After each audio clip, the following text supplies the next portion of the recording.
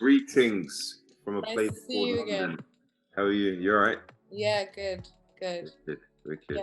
Yeah. I enjoyed watching the film again just now. It was great. How long has it been since you've seen it? I watched it in October, like after Hmm. we met. Um, so it's still pretty fresh in my mind, but it was there's I think when I watched it first, what really struck me a lot about it was how like I love the color, how it looks. Color palette, yeah. Looks like such a beautiful film. The cinematography, like we had a couple of comments about that as well. While Yeah, in the live chat during the film, people were saying the cinematography was beautiful, and yeah. but yeah, it's something that I really love the film. I really do, and I Yeah. think that like the performances in it. I mean, there's so much to talk about in that. So, but first, before we get into it, I want to say thank you so much for joining us Yeah. at 1 a.m. and Almost one. Let's not push it. almost one, Yeah. close. Quarter to something. Yeah, exactly. So thank you so much. And thank you to the audience, everybody who's watching and tuning in. We were getting messages like people in Curacao watching the film, and Nice. yeah, it was That's awesome. beautiful. I guess that's one of the amazing things about the festival going online and the coronavirus element to things is that, simultaneously the Caribbean could watch the movie and connect and have their thoughts and feelings, whatever they may be. And I think that's one of the beautiful things about this time and this era is that connectivity and that stillness when it decides to come. So I'm glad people are still finding a way to watch movies, and this movie particularly means so much to me. It's years old, but it was years in the making as well. Yeah. And I agree. I haven't seen it in a little bit, but the cinematography by John Conroy and Idris's vision for it was always to create a palette that was beautiful for Black people. Especially Black British films, particularly. We haven't had many films where we look beautiful and we're kind of the richness of our culture and who we are is expressed. And I know that was like a mission statement for Idris and John Conroy and myself. So I'm glad people are getting that element to it. Yeah, that's fantastic. I mean, that feeds in really well into like why we started this festival to begin with, like to Mm. create a space where these stories are celebrated and this representation happens because it matters, right? What you see on a screen, it's like when there's a movie about something, it's sort of elevated in a certain way. It's like it's put up in these lights, it's given a certain kind of status. And like I remember when we did the festival the first year, people were saying, wow, I didn't know Caribbean people made films. I didn't Oh know we wow! could hear our accent on screen, Wow! and it just started opening up these doors for what people really just even like normalizing the idea of filmmaking, and I think Mhm. that's really important historically, and I love to think about, and I think I talked to you about this when we met, about the fact that in the Caribbean tradition, the colonial history meant that stories were truncated and distorted and manipulated in order to serve like a colonial purpose, because they knew how powerful stories are to our identity, and to because they really make up everything, they make up what we go to school and we learn, what we learn in our books, even if it's about geology and we're learning about how a river forms, that's a story, and that informs then how we look at the world and how we go out. So that's part of why I'm so passionate about this, because these stories are really everything. They Mm. inform how we think, and then that informs what we do when we go into the world, Yeah, so absolutely. it's I mean, I can blabber on about that for ages. So that's part of why we wanted to make this festival happen, and we're so happy to launch this year with this film, and to have you here, so thank Yeah, you for that. thank you and congratulations. The the Thank the, the magnanimous effort it took to do you. it. I know because I was a part of the behind the scenes on a certain level, and Yeah, for everybody that's watching, these guys really really care. about connecting with the diaspora and the Caribbean diaspora, or Caribbean, depending on where your accent's from. So, you know, I applaud yourself and Beth and all the organizers behind it. And as you know, like for me, my dad is from St. Vincent, born and raised out in Mespo. And so it's a place I've always wanted to connect with on a deeper level. I've had opportunities to work with different filmmakers like Jerry Bruckheimer and people like that. And they told me of times where, you know, they're shooting Pirates of the Caribbean in St. Vincent. I'm actually working with the director of that right now on a movie. And I have that aspiration as a filmmaker to clamor the Caribbean, in particularly St. Vincent and Jamaica. But St. Vincent is a place that's kind of like, it's really, I imagine it's skeeling with talent and it's ready to be uplifted and it's so beautiful. And compared to some of the other islands, a little bit more untouched. And so I really want to kind of be involved in that. And that's why, you know, I dedicated myself to this and met you and Beth, and shout out to Jamal Edwards as well, who's probably watching, who connected us all in the first place. Yeah. You know, it's really important to me, you know, as my career moves on, especially as a filmmaker, to kind of reach out and figure out how to bridge those gaps in this world that's now become like, you know, we're in a global economy for true, you know, so. Yeah, absolutely. Yeah, no, and I want to talk more about that a little bit later, but to segue back to your career and talk about the film, in terms of like, you know, this film, basically, I think I was wondering, maybe you could tell us the story about how you got involved with it, you know, how did you land this role? Because it's obviously, I assume that, you know, Idris, he, you know, was a very well-known actor at the time, and I assume it would have been quite a competitive role. Yeah. So how did you land that? Wasn't competitive at all. I was on a plane, first class flight with Idris, and he offered me the part. Amazing. Like that's exactly the tagline of the story. But wait, I mean, there would have been a reason. There's an incredible backstory to which I'll get into, but I like to poke fun a bit. But literally, that's what it was. I was getting on a lift or an elevator in London Heathrow Airport. He was getting on. He was already in there. He said, "What's up?" to me. We had not seen each other in a long time. We're happy to be flying to Los Angeles. Sat both in, you know, first class. Al Pacino was up the front as well. It was one of those fucking weird flights where you're like, Jesus Christ, there's a lot of magic going on.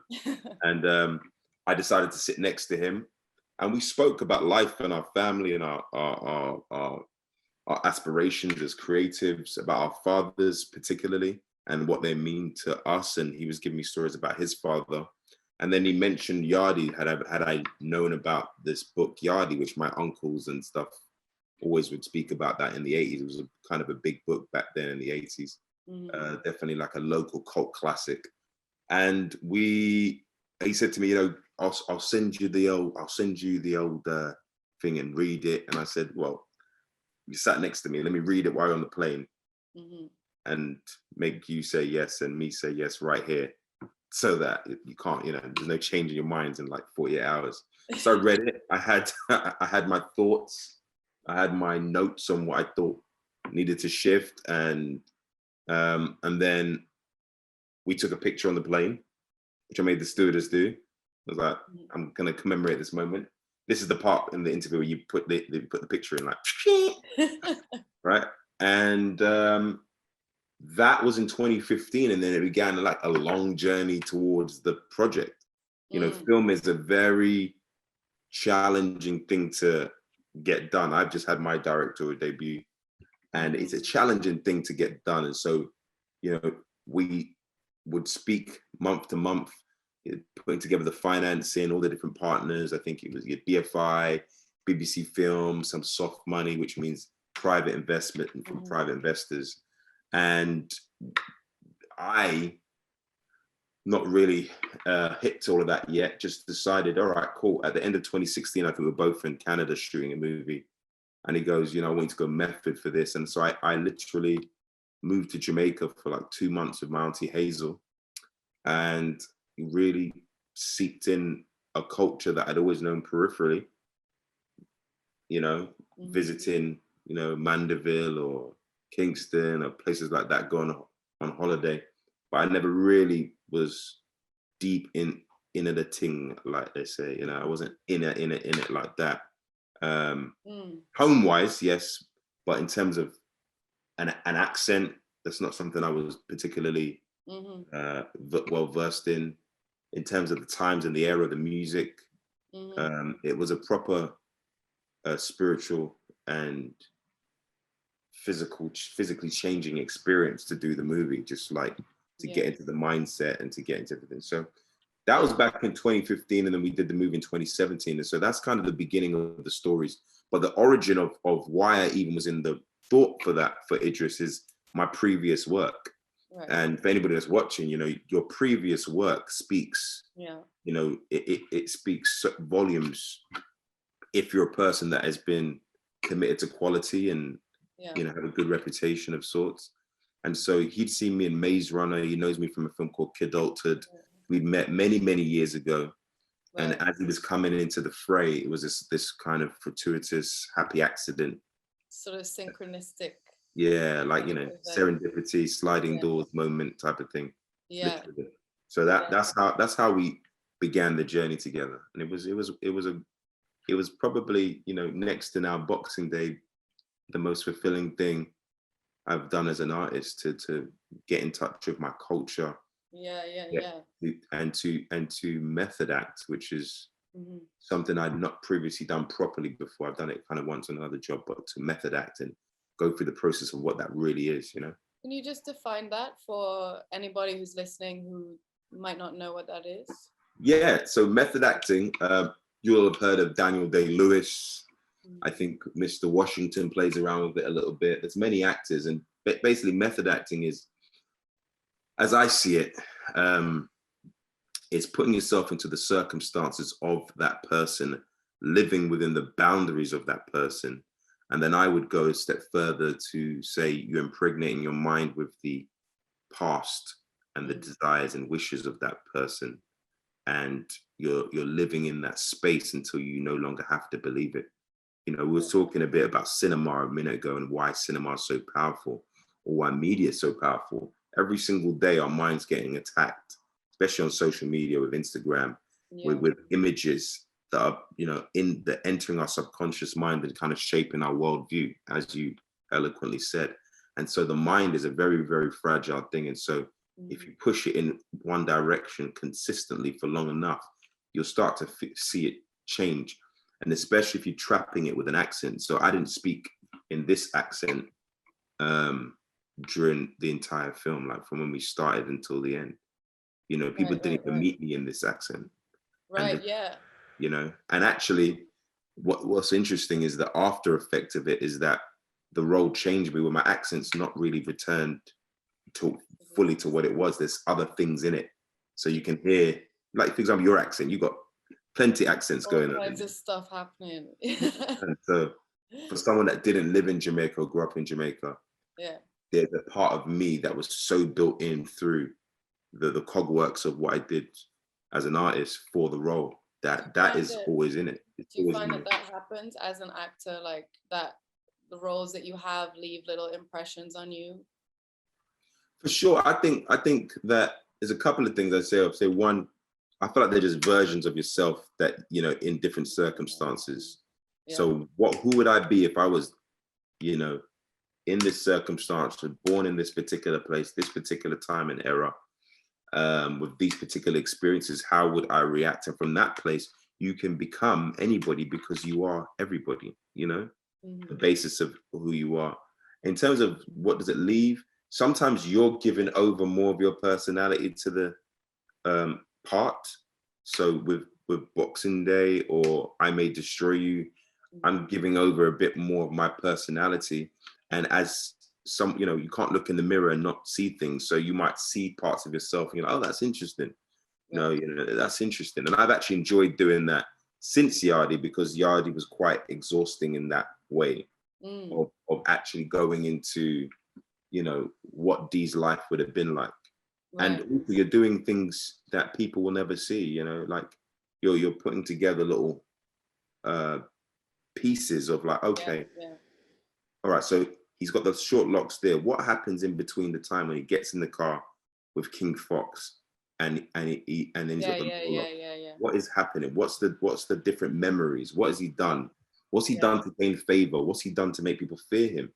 And then once you start getting into the realities of what people actually go through, and you decide to give yourself over to that, which is challenging, it can be quite disturbing. It's so sickening, you know what I mean? Like it can, you find yourself in spaces of imagining possibilities that you wouldn't ever imagine. If you read the book Yardie, he does certain things there. So if he does it in the book, but it's never in the script, that's fine. But the possibility is there for him to act that way. Do you get what I'm saying? I think I read a brief history of 7 killings during that time as well. I did. And I exerted some of the experiences of this particular guy in brief history of 7 killings. Yeah, and so to do that, acting is quite a misleading word. It's quite, because it kind of portrays this idea that you go, all right, boom, and then I'm acting, and then boom. But to really do the job justice and connect with people in a very deep way, most of the people that you would enjoy or believe, because as audience members, we can just intuitively tell when someone's dishonest. Right. Requires a little bit of depending on the role, a little bit of suffering. So I took after Yardie, I took a break from that kind of role for a while, because I just did it like because it requires you to go quite deep. And I mean, and this brings me on nicely to the next question, which is about, particularly talking about suffering and this film, because something for me, that is quite evident is what's at the heart of this is like his trauma, losing his brother. I mean, in the beginning of the film, in the first few minutes, it's laid out really clearly what his moral dilemma is going to be, right? Is he going to take the righteous path, or is he going to take the path of the damned, And then we kind of see that as, even though he's this individual, it's set in the context of like 1970s Jamaica, which was full of a lot of collectively a lot of people in this moral dilemma, And so on the one hand, it's like his individual story, but it also casts over what was going on historically in that time, which we know was there was a lot of gang violence that was politically motivated and all that. You think, let me ask you a question. Do you think he took the path of the righteous or the damned in the end?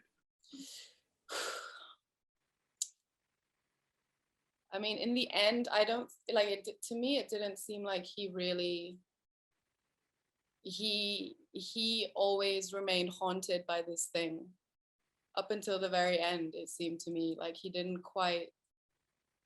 was grappling with it. I felt like he was still tussling with this dilemma, but at the end, he doesn't realize until the very end what the whole situation was, that King Fox had actually, that it was this terrible accident, and he had been carrying this, and little things become revealed, that And so with him doing what he did, despite learning it's a terrible accident, did you think he took the path of the righteous or the damned?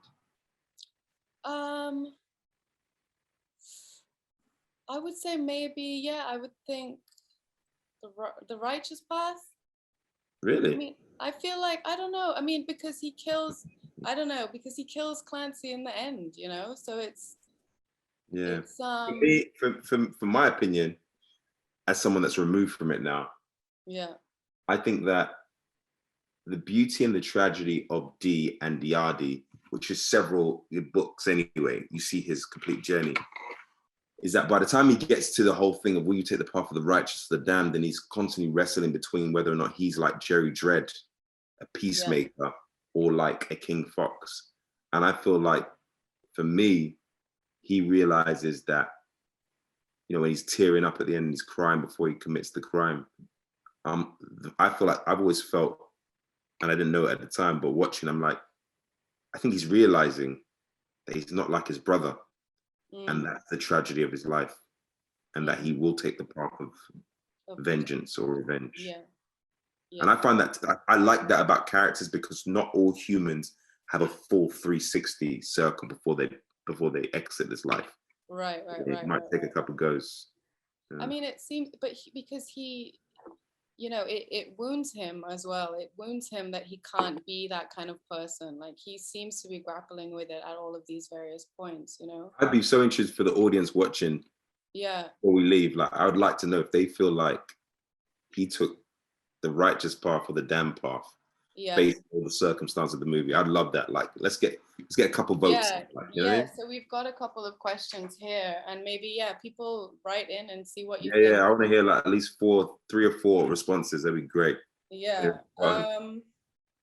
So we got one question here. Omar asks, what effect did making this film have on you? Thank you, Omar. I would say that it gave me a lot more of a not giving a fuck attitude in life. That's what D gave me as a gift. And I don't mean that to sound derogative or that I don't have empathy for scenarios, but, you know, growing up in the film industry from a child, your mind is kind of militarized to be on your P's and Q's and always show your face in the right way and smile and da-da-da-da-da-da. And he gave me my more authentic self, which is however I'm feeling in that moment be. I love that about Jamaicans specifically. I love that about Caribbean culture, is that just, it's very honest. It's a very honest tongue, you know, generally speaking.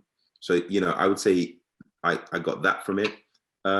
It gave me a moment as an actor, though, to really come full circumference in my, like, to really see that I could do something like that and come full circumference in my journey as a craftsman, to know that my craft had reached a certain place where, you know, I could put myself in the scenario to do a film that had so much importance and so much weight to so many people of the culture.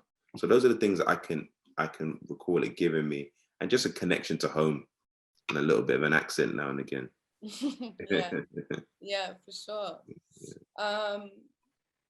Shaheen, I'm not sure if I'm pronouncing your names correctly, sorry. Shaheen Fitzpatrick asks, what was it like working under the leadership of Idris as the director and also with the cinematographer of the film? Yeah, I mean, I loved my collaboration with Idris. You know, we collaborate really well together, like really well. He effectively gave me my marching orders, which is like, I want you to do this, but way before, you know, way before. The thing about method acting as well is that you're not as accessible as one would think, because you're living in the space, and so things carry over. You need to open yourself up a little bit, but I loved it, man. He gave me, and because I admired him so much as a Black British icon, and what he'd done for the game, and how he changed the game essentially by being a beacon of, you know, international flair and just wanting to impress him. That made me up my game and focus to a different level, you know.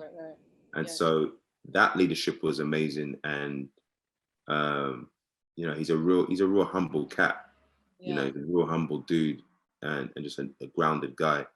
And so, you know, we have a genuine friendship when we get together and we speak and we plan to do more stuff, you know. So that was great. John Conroy, you know, I think he's one of the best in the UK. I think he's got an eye. You know, people don't realize, and I came to realize how challenging it is finding cinematographers that can fit our palette into the landscape of cinema and shoot us well. So, for example, my complexion, your complexion, both Black people, we will be in a scenario where sometimes just to lighten me, they'll blotch you out and you won't even look anything like yourself. You'll be like, who is that? And your palettes have got different, we've got different things going on with our skin. And so, you know, I really admire someone that has had the experience, a lot of it's experience, but also, you know, is committed to making sure that is right, you know, and that's important. So, you know, all of it's stepping stones to knowing what I wanted to do next, which was direct a feature. And so I took that as much of a lesson as I could at the time. with so much responsibility. Yeah. Yeah, absolutely. Because that's what I was going to ask as well. How has that, you know, because Idris as well, you know, he was an actor and then this was his directorial debut. I also wanted to ask, why did he choose this? Because his family's from Sierra Leone, I believe. I was wondering why did he choose to make this story for his directorial debut? I think because everybody was Jamaican growing up, you Yeah. know, in London, the culture of the UK, everybody was Jamaican. It doesn't matter where you're from at that particular time, 70s, 80s, 90s, and all the way up to the noughties, but until the West African culture really became dominant and celebrated. Everybody was Jamaican. You know, some of the stories I heard about the Teddy Boys were a racist group, like a racist faction in the UK, the National Front. People used to put the Jamaican flag in their window of their car to make sure they weren't hurt, you know. Right, wow. That was a big, you know, Jamaica, especially the second wave in the 70s, not the Windrush so much. That's, you know, the Trinidadians and the Jamaicans, they really established the UK in that sense. But in terms of the 70s and the level of rebellion, you know, rambunctious rebellion and just straight not having it, that that the Jamaicans came with. Yeah. That's why a lot of people wanted to be like them, you know, and it just being and a cool factor. So I think that's what it was, you know, much like a Toronto or, you know, Caribbean culture was the coolest, and is to a certain degree, like the coolest thing. It's just cool, like, you know. So I think that's why he chose. Everybody watching would probably agree. Yeah, man, we talking about, man. Yeah. Caribbean or nothing. Joking, guys. Jesus, joking.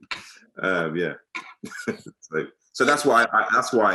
And also a big thing for him as well. Police are coming for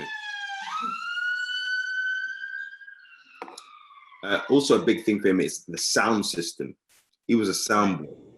So the musical element is a huge draw for him. You know, huge draw for him. You know, I would almost say he probably loves music more than anything else.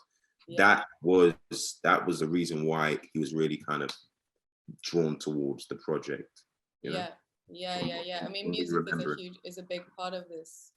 Like, it plays a really important role in the film. You know, that's kind of like the stage on which, you know, Jerry Judd is trying to bring pieces through the music, and when Dee's character is, you know, performing in London, you know, that's his way of, he's almost reconnecting with those memories through the music as well. And so you really get a sense of that from the film, definitely.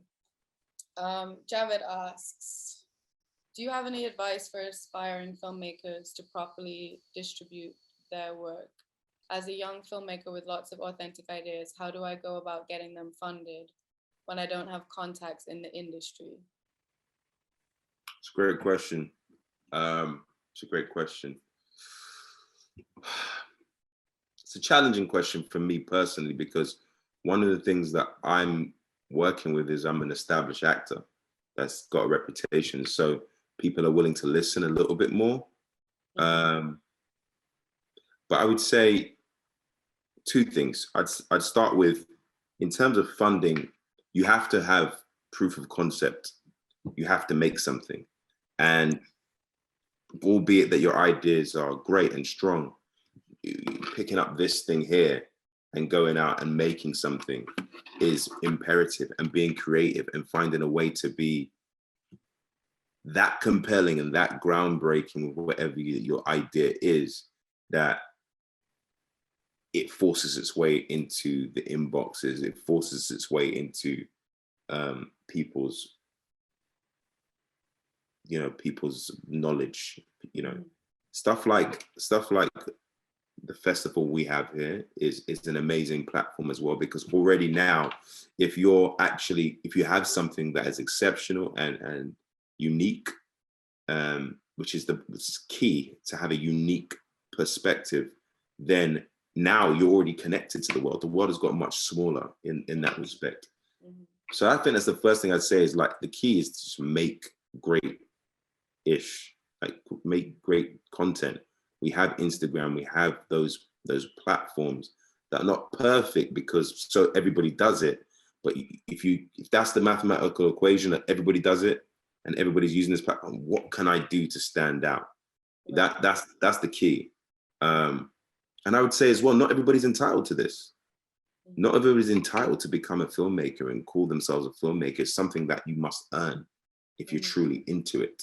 Right. You know, everybody wants to be an actor, everybody wants to be a musician, everybody wants to do everything, all these cool jobs, but it's something you must earn. Now, only you, the gentleman that asked the question, knows if you're in the space where you've earned it, you know? Mm-hmm. So it's a twofold situation. It's not necessarily easy. It can be very easy. Even if you get lucky and it's easy, sustaining it's a whole nother art form. So those are the two things I would really focus on, is like, know it's going to be challenging, go earn it. And secondly, know that all these different platforms exist now. So how can I uniquely stand out and make my stuff so dope that people just talk about it, you know? But you don't want to, but I think you also want to maybe be careful too in terms of,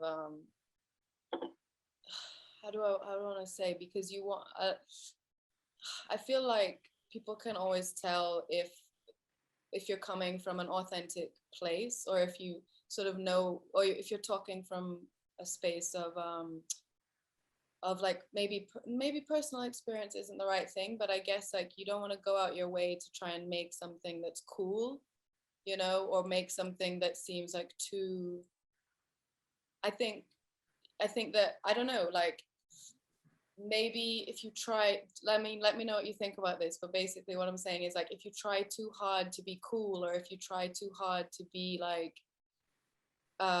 you know, I feel like maybe can you fall into a trap there, you know, if you try cool, like, I think cool is a real broad word. I'm not saying like, I don't know, I'm in London right now editing my movie, so I'm staying in his apartment, whatever, and I conceptually came up with something like, oh, you know what, I fancy shooting something, you know, why not?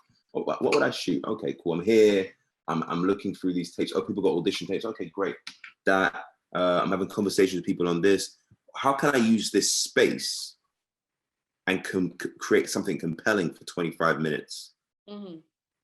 What can the story be that's compelling for that 25 minutes that captures their attention? How can the first 2-3 minutes engage you? Because, you know, or even less than that, first 30 seconds, how can it engage you?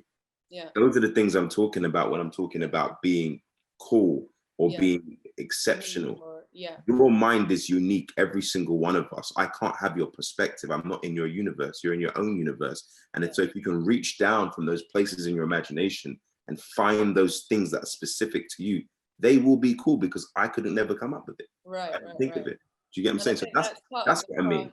Craft as well is honing that, translating that, you know, because I think every creative person has had that experience where they have the idea and then they try to get it out and you're like, oh, this isn't what I meant, you know, and you keep going until you're able to kind of translate that in a way. I would say for the people that are perfectionists out there, just effing do it. Get it on the freaking page. Honestly, like, because sitting there and being like, okay, well, that bit's not that and that bit's not that, you're gonna be finessing something that no one sees for 25 years because you wanted it to be. I have a writing partner that's a bit like that, and I had to kind of say to him, yo, we don't work like that, bro. Like, let's get it on the page, just do it and fix it afterwards. That's just my motto. Like, fix it, but at least get it out of you. Get it out and get some feedback as well, because sometimes when you're in your own head about the whole thing, you can't even see what it is you're doing, you know. 100%. So I think that's, you know, I think it's hard as a creative person as well. Like in my own creative journey, I've definitely gotten too in my head about something, or too cagey about it, or too clinging to like to the outcome, not enough like present in the process of it, you know. Whereas like, you know, making stuff is as much about the life you live as a creative person, the process, right? Like, as you say, making a film is hard work. Like, you need to be able to go through that journey. So it's as much about all of that, about the impressions that being an actor leaves on you, even after you've left the role. Like, that's the life of a creative person. It's not just about the film at the end of it, you know.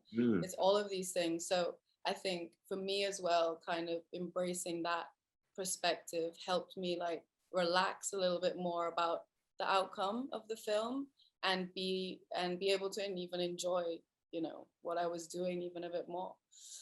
So so yeah. Oh, we've got more questions. Jamali asks, hey Jamali, if you can you expand on the role of music played as a character in the film?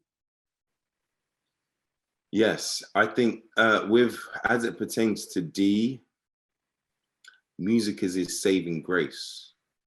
You know, it's his connection to his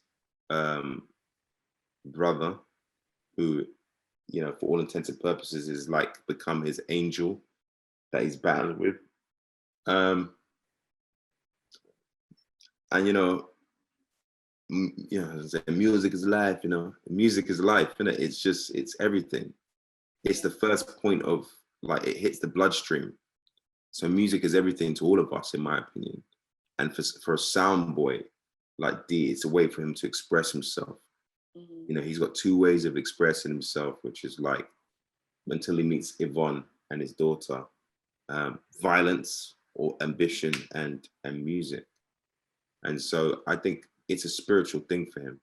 I learned to do the chatting thing. My younger brother, Mikhail, wrote all the lyrics for D in that. And I went through the process of learning that, which was, I've always wanted. I mean, I grew up doing musical theatre anyway, but that was really an amazing thing to be able to like go through and do the chatting. And you know, it's raw. I mean, I think that music and rhyming and griot style storytelling is just the first point of the soul's expression.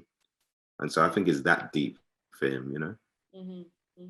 Or maybe I'm just talking from my perspective, like as me, but yeah, since we're the same kind of guy, like inside, I'll check with him. Yeah. It actually made me think, and there's also something kind of typical about that period of time in Hackney as well. With that, I mean, we've seen in the Steve McQueen films, which I don't know if a lot of our Caribbean audience has gotten to see, but Steve McQueen has made this series of films called Small Acts that are pretty groundbreaking. I mean, nothing like it has really been made before, in that it's 5 films that are about the sort of history of Caribbean people in the UK. It sort of starts from the 70s, right? The first film. It jumps around a lot. Jumps around, yeah. But one of the films is basically, you know, Lovers Rock, which is all about it's all about that kind of nightlife, that Caribbean nightlife scene. And it, you know, there was a lot of echoes when I was rewatching the film this time. Lovers Rock specifically is what happened to the children of Caribbean parents. Lovers Rock was made by those kids, so it's that fusion of like that kind of like sweet melody punk rock sound with the old Caribbean type of music. That fusion. It was like the first Lovers Rock is that first British Caribbean sound. Yeah. You know, that's distinctively British. Yeah, I love that episode for that reason, because you know, I grew up as a baby in those places. Like I was upstairs while they were scrubbing up on the wall, and you know, the scrub and all them things. I loved it. I loved it. Yeah, I mean, we could talk for ages about those films as well. I mean, and you know, I did want to ask you as well, maybe after we get through some of these questions, but like maybe you could touch on it a little bit now. But you know, I know that I watched an interview that you did where you talked about why you left LA, why you left London and moved to LA, and I was wondering, and like the comparisons between the two industries, and I was wondering, do you think that things are changing a bit in the UK landscape with, you know, shows like I May Destroy You, which is an incredible show, and Small Acts? Do you think that there's some changes happening? Yeah, it's changing for sure. Yeah, it's changing, but it's changing because of, I think, maybe one of two reasons. All of us left, and have all of the people that are majorly successful have American careers. They play Americans in other stuff, and so we went from being Black British to green. You know, that's effectively what it is. And then I think as well, the internet's opened up the world in such a way that people are curious about each other. All these kind of online platforms, Netflix, Amazon, you can afford to be your authentic self. Hollywood is not completely monopolizing Yeah. The Yeah. creative outlet, in as much as it's people have grown tired of just the one narrative, and people are curious about the world Right. because you could see the world on Instagram. Yeah. So I think definitely it's changed. It's definitely changed. You couldn't get I May Destroy You, or it's huge, man, because you got to think for example, in the UK, you have a small pool of films that have got black people in them, period. In a like, as a collective, not singular, as a collective. So you can go back to Babylon, which was a black British film, which was kind of Yardie drew inspiration from.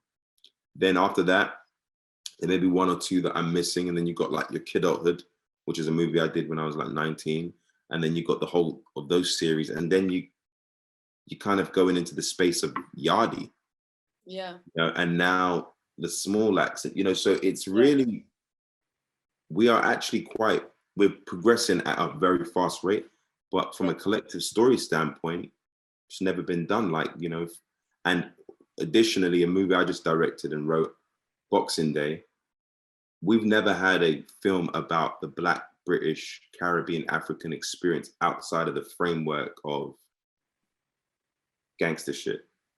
Yeah. Never. Exactly. That's never happened. Yeah. Boxing Day, my film will be the first ever. And it seems like that film as well is really a lot about, there seems to be a lot of love. I mean, we could talk about that as well, but but instead of the narrative always being like, and we see this in the States as well, about slave narratives or oppression, or, it's like, where's the space where Black people get to be joyful and just people that aren't defined by, this oppressive. Defined by the white gaze. Exactly. It's a nonsense, and what's problematic about that is you're regurgitating these stories that infiltrate people's self-esteem. The reason people love Black Panther so much is because, for those of you that weren't particularly in the know about actual true African Black history, that was a massive push to the self-esteem that we were kings. Oh my God, we were kings. For those of us that grew up with a bit more awareness in that department, it was something to enjoy and love and rejoice at. And so, you're attacking the self-esteem of people when you're just doing one narrative about that, one narrative about them. So if you're doing with Asian, like, the way the Americans say it, and you're just dealing with like people that know Kung Fu, that's just one narrative about a whole type of people. Stereotyping. It's an absolute stereotype, and it's detrimental to humanity. It's either we tell stories properly or we stop telling them, period. Yeah. And so I added Boxing Day into the fray of that, because just showing you the history of Black British cinema, which it's just finding its footing, Yeah. When is it due to be released? I think it's kind of like a holiday rom-com, right? So I think we're going to be going like end of November, December, which is great. I mean, I had the greatest time of my life shooting that film, man. I saw your Instagram stories. I was like, this just looks like so much fun. It was a party for 5 weeks, man. It was ridiculous. Always music playing. Always me. I was DJing the shit out of That's great. You got to mix great the hard to work. be around. Say that again, sorry. I was just saying, you have to mix the hard work with the fun, Yeah, man. And each culture has its own version of the way they get things done. And so I quickly understood that a part of our culture is we like to vibe. The vibrations run across a lot. So if I'm giving them the good vibes to be around and enjoy in between takes and putting on the classics, and the film is about that. It's about the celebration of Black cultural, Caribbean, African love. Then that's the vibe we got to create. So I loved it. I can't wait to see it. Maybe we'll get to share it, through the festival one year. 100%. I can't wait to see it. Yeah. So I think that it's these kinds of things are crucial, and I think with everything you're saying, that's why now, the Caribbean is really poised to be able to contribute more of our stories to the sort of global conversation as things are shifting, as Hollywood, like, you know, there are different avenues. It's not so, it doesn't have as much sort of hegemony over all of the stories that are being told, you know? So, you know, that's part of the reason why I think the Caribbean has a lot of potential. And we also have a lot to say, you know? 100%, 100%. Yeah. And the more we celebrate those things, I mean, I've got this moment in the script, in the film Boxing Day, where I kind of go across the two islands that have defined me as a, you know, St. Vincent and Jamaica. And there's a moment well, just to interject, I remember when you sent me that little video of the set, and the Vincy flag is in the room. Yeah, yeah, I was like, people are gonna love to see that. Yeah, man, just like, just seeing a bit of me, just seeing a bit of how we grew up, you know, and those interesting conversations, which I'm sure are happening right now, like, you know, people watching, stop talking about Jamaicans and just like, or small island people, or, you know, you lot just loud mouth. I grew up with those kind of interesting cultural clashes, and they're fun for an outsider to take a peek at, because you'd be surprised, like, white people or others outside of us, they have no idea that we have these kind of like intercultural plays. They have no idea. I mean, my crew are like, but isn't it all the same? Is it all the same? No, it's not the fucking same, mate. Do you know what I mean? So that was fun. Well, that's part of the, you know, re-education that has to happen. 100%. So Jamon Bergen asks, considering the limited mainstream avenues for Caribbean artists for releasing visual media, as well as the current pandemic, do you think that live streams like this are the path forward?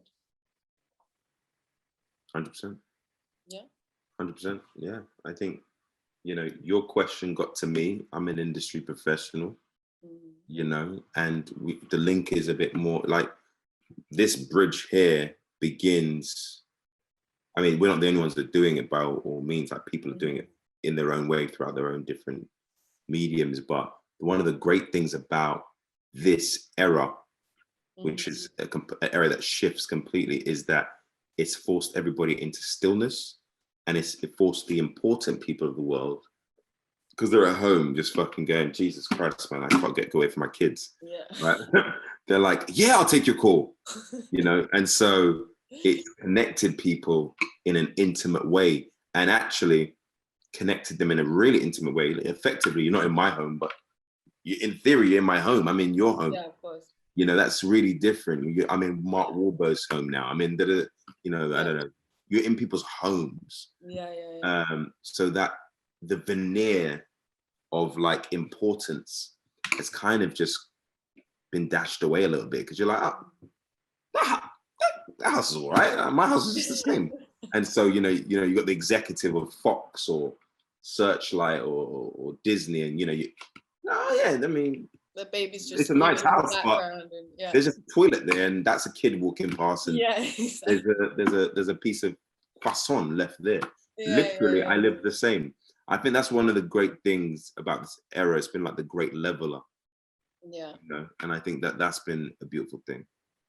Yeah, I mean, that is really interesting when you think about, you know, how our society sort of encodes status, right? And like how these kinds of like differences are created. And when and there are differences between it, but when you boil it down, it's like, kids screaming, the same thing, croissant over there, and everyone's grappling with stuff, you know, like what you see is, you know, there's always so much underneath. Everyone's got their stuff that they're carrying. And your environment looks pretty well done though. Did you clean up the pillow before you came up here? We're actually in Soho Walk. No, this is my apartment. Where are you? In Soho Works. Ah, nice. I've never heard of that. So we, as you know, they're supporting the festival and such, we get to use this amazing space, and there's no one here because it's, you know, 1:30 in the morning. Yes. And it's also in lockdown, so. That's wicked. I was wondering why everything looked prim and proper. I was like, you really made an effort in the back shot there. No, my room is a little bit messier. So it works, wicked. Lots of croissant. Okay, not a question, but a comment from Vaughn. I really love the shots of Jerry Dredd, the duppy, throughout the film. They got particularly strong coming down to the last shot. His facial expression of disapproval and sadness of his friend who he didn't want to go on that path was very powerful. Yeah. Shout I mean, out I think to that that Jerry sense of Dredd. him being haunted, you know, like really, I mean, you know, in some ways you could say that the film is really about mental health 100% is about and mental how, health. you know, people are, and, you know, I mean, and if you really wanted to go there, you could be like, well, you know, at the heart of every violent person is there just like this wounded little boy that wants his family back, you know. I would say that's quite accurate, although we wouldn't create a pass for everybody. Yeah. Jamali, as someone from the UK with Caribbean roots, what influence do you think comedy series like Desmond had in giving exposure to the experiences of the diaspora? Well, I think Desmond's, for anyone that doesn't know, Desmond's a show. I cannot remember the name of the brother. I'm looking at Norman Bates. Norman, I'm going to say his name right. But Desmond's is a show set in the 80s that was on the BBC back in the day. Its creator, not creator, I need to get his name right. God bless him, he's no longer here. Where are you? Anybody who hasn't seen Desmond's, you should check it out, though. Norman Beaton. Mm-hmm. Norman Beaton was the star of this show. And Desmond's was almost like what the Cosbys were to America for us. You know, every day you're going into the barber shop and you're going into our world. And it was a very rich time in terms of exposure to our culture. I think it was like the late 80s, early 90s, Desmond's. Mm-hmm. An actor that's in my film actually now called Robbie G is also one of the stars of Desmond's. And do you know what it did? It charts the history of us as Caribbean people there, Yeah. which is a really important part of our history. The travel off into different places, like the Windrush era, that's an important part. You know, it's an important part to know where we've gone and who we've influenced Mm-hmm. and who we've shaped and become, but still the origins lay back home. Yeah. So some people I remember someone come up to me and goes, yeah, I loved you in this movie, you know, and I was ready to hate because you're not Jamaican. And I'm like, well, I'm Jamaican. Yeah, but you're not Jamaican. I said, all right, Megan, but I love you in the film, blah, blah, blah. And I took the compliment. Yeah. But ultimately, there is no real thing such as British, like for us, like, you know, yeah. we're Black Europeans or Black British, but it's an identity that was forged by the fusion of different Black people from around the world, in particular in its early stages, the Caribbean community. And so to me, one must take ownership of someone like myself, ownership of other people from that are descendants, because they're a representation of you, because I would not be who I am without the upbringing of my father and mother who come from those islands. Exactly. You know, exactly, and so you're having, it's like being an African American but having Caribbean parents. Yes, the dominant culture is the American culture, but it forms a totally different human being when you're going back home to immigrant culture. Yeah. So yes, I can step outside and I'm in England, but when I'm back in the house, I'm in Little Jamaica. I'm in Little St. Vincent. Yeah. Little Jamaica is a show of mine, by the way, if anybody has gone, good idea. like I'm back home in that environment. I'm back there. Yeah. Do you know what I mean? And those that is the rules of the land. What happens in England is when you step outside 94 Church Lane. But once you close that door, you're back in that. You're in Jamaica. You're in St. Vincent. 100% the food, everything, the culture, the music, how you have to talk to your elders. Those things were transported And Yeah. one of the things as well I would say is the work ethic, Mm. you know, because I see the difference. For example, my father's from St. Vincent. There's that immigrant work ethic of, you can be anything you want to be, go do it. You're going to get 1,000 no's and a couple Yeah. of yeses. Make those yeses count, make them happen. I have that work ethic. Yeah. But my children, which I don't have any, but if I have children, they may not have that work ethic if they're in a comfy life. Right. It doesn't have that immigrant culture. So, Doesn't you know, have that kind of impetus of like, to you keep gotta fight, you know. You understand? So Yeah. that to me is how we should take ownership of our of the diasporic community. Yeah, absolutely. And I mean, I think, you know, um, for myself as well, I've had a lot of experiences of people telling me, like, you know, because I'm mixed and because part of my family is, my grandfather came from Trinidad, Windrush generation. Part of my family is British, part of my family is Caribbean, you know. So people love to say, oh, well, you know, oh, but because you were born, because I was born in England. They're like, oh, no, because you're Born in born. England? Yeah, I was born in Derby. Really? Yeah. You're actually proper confuddled for someone born in. You don't sound like you're born in England ever. We were born in Derby, not London, right? Derby, yeah. But I Yes, we left. can get scribing about that. You're not even from London, man. Get out of Derby, My bro. father's from London. Shout out to your dad. Yeah.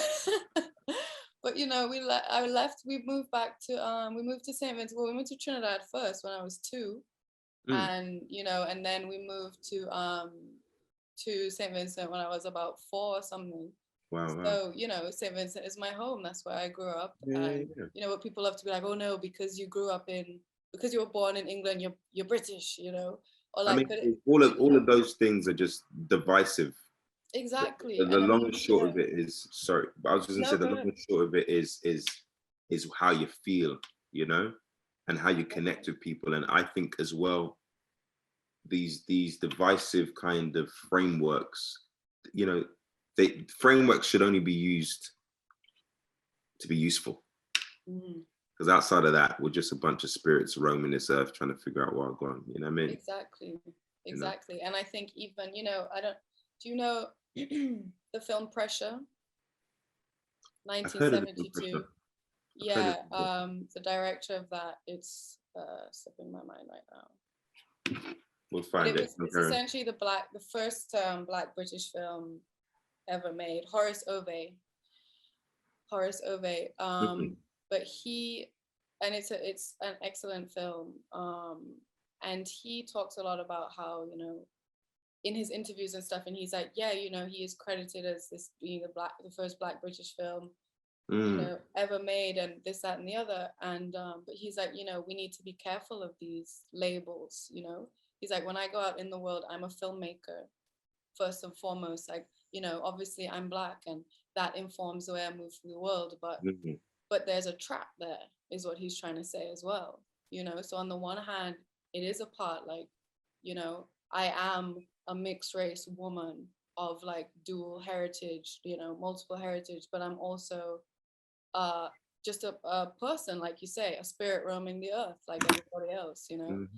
And so it's interesting, especially now with identity politics. I think, like, you know, these things do inform our world, but like what Horace Ove was saying is that, you know, when you go out there, you know, you need to like push beyond that as well, you know, push beyond these kinds of identity politics things also. Yeah, I think culture is day-to-day identity, culture, and then race is a secondary identity when we have to, because culture, like, I'm from St. Vincent, you're from Jamaica, you're from Nigeria, you're from Ghana.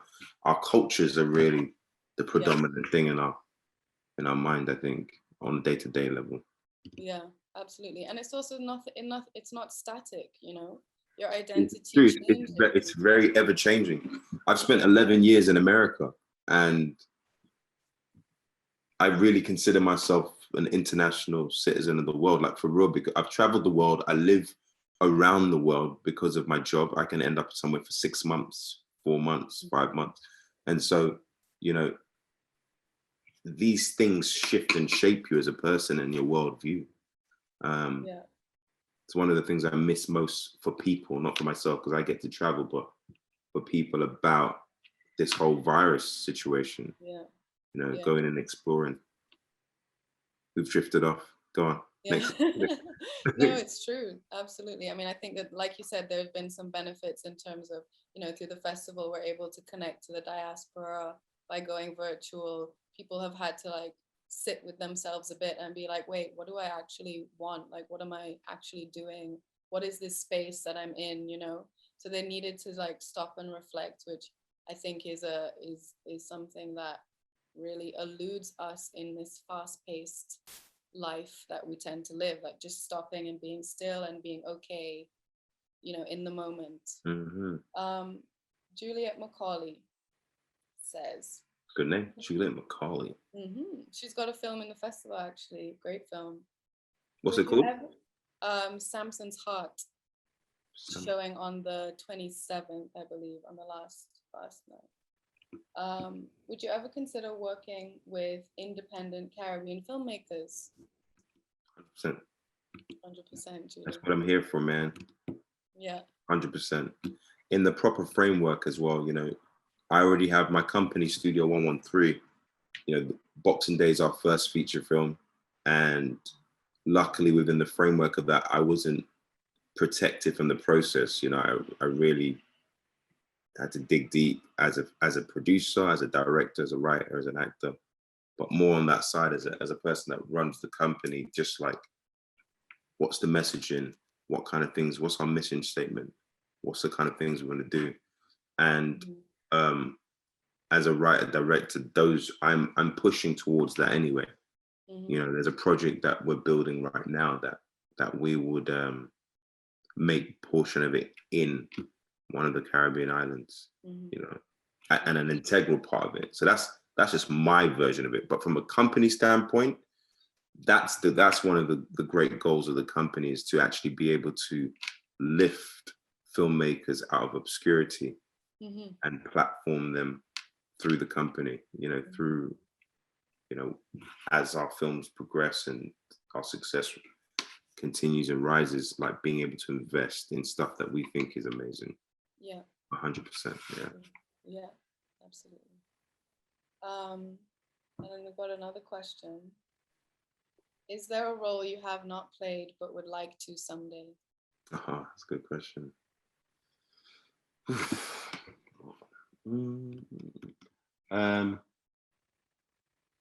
Yeah, there is. There's a couple of roles, man. I definitely want to do something in the ancient African space.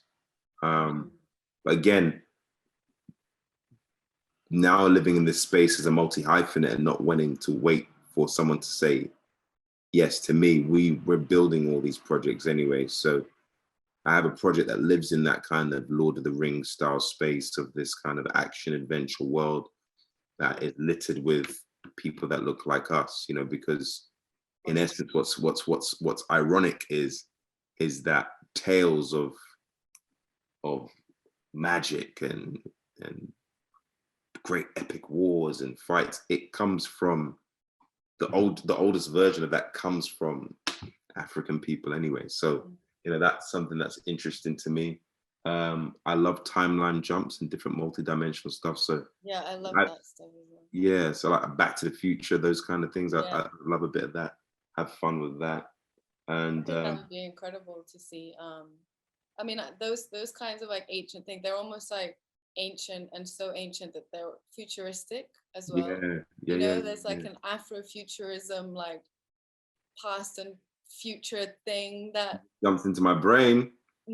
That's something I'm working on actually. The Afrofuturism thing. And yeah, just like, you know what, for me right now, like I would have given, there's always a deep role that's on the horizon. But you know, as an actor, but actually more as an active filmmaker and audience member, I want our audiences to have some fun. I want our audiences to witness magic through the artist mirrored back to themselves. Yeah. You know, so obviously there's great people to play in the civil rights, and I know the Harvey film, which is going to be great, hopefully, like all of those things. But there's also living in a space as a collective and in these kind of different genres and things that make people's imaginations go wild. I think that's where we are now in terms of as an audience members. Yeah. We're too cooped up with reality. The fucking virus is killing people. This is happening there. Yeah. But as matters happening. So for me, like I think humor and humanity is the thing right now, you know? So that's kind of what I'm interested in. Yeah. It was a long answer, but there's no like specific role that I'm thinking of, like. Yeah. Yeah. And I think, you know, there's so much with it. What's up? James Bond is in the back. Maybe that I'll fucking do that. That's Sean Connery right there. Wow. May he rest in peace. Yeah. Shout out. What's up, Sean? You right? What's up, Sean? Money Bennett. I think that there is so much, like you say, like we were talking about before, in terms of these roles that, you know, these stories that have been typically made about the Black experience, you know, there is so much, we're saying, that hasn't yet been seen. So we're really in an exciting moment, you know, and I think that the Caribbean and, you know, all of these filmmakers who I know are so passionate in St. Vincent and in other islands, like, you know, this is really a strong. Someone's got a dope idea out there. Yeah, and this is one of you have got a dope idea that's so huge that you don't think you can make it, and you need to bring it to me. Someone's got that idea, that crazy idea that can be grounded in the Caribbean and then just lift off. Yeah. If you think you're that person, hit me up. Yeah.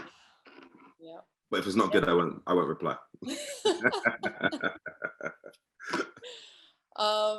Yeah, I mean, you know, that's absolutely, we've got that potential and it's there, you know.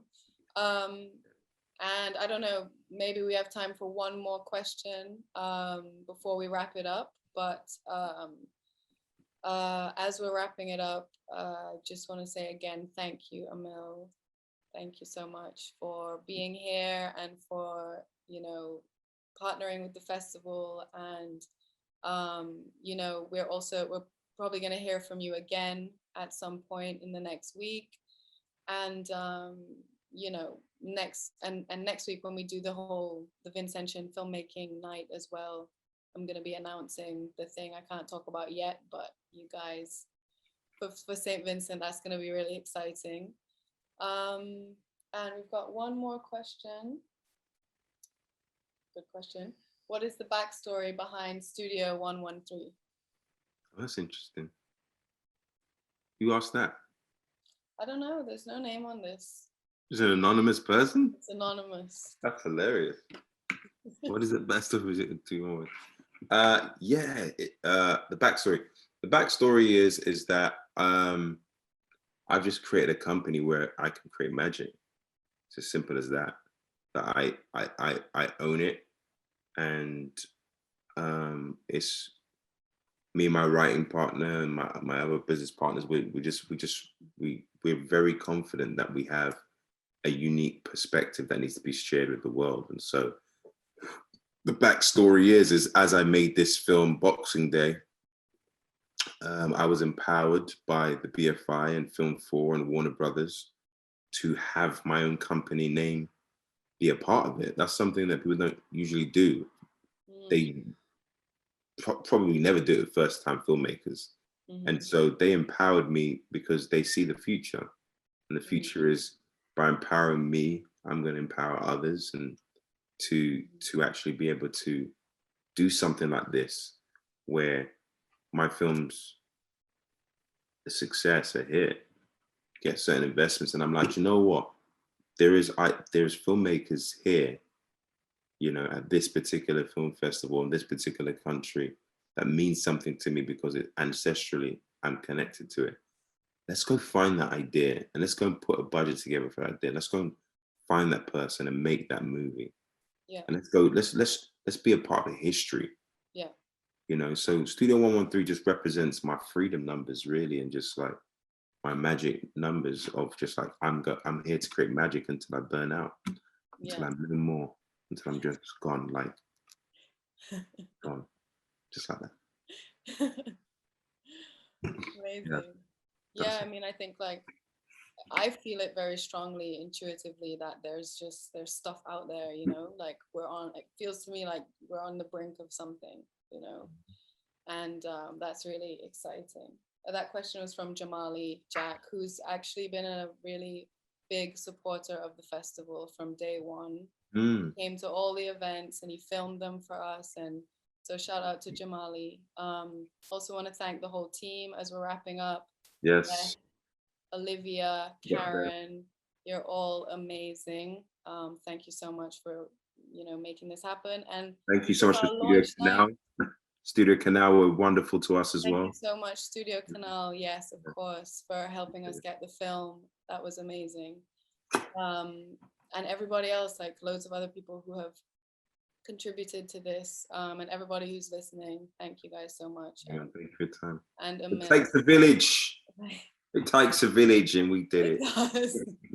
It really does. It really does. Which, I mean, I feel personally like so joyful to have made it to this moment, to have launched this second year of the festival, and to have you here. And I just think we're growing in leaps and bounds, and just more and more of good stuff. More and more of good stuff. Appreciate well done to you, man. Well done to you. Thank you so much. Yeah. Well, I think that's it. Bedtime. Are you on the gin and tonic, yeah? That was keeping you up? Just now. All right, man. Take care.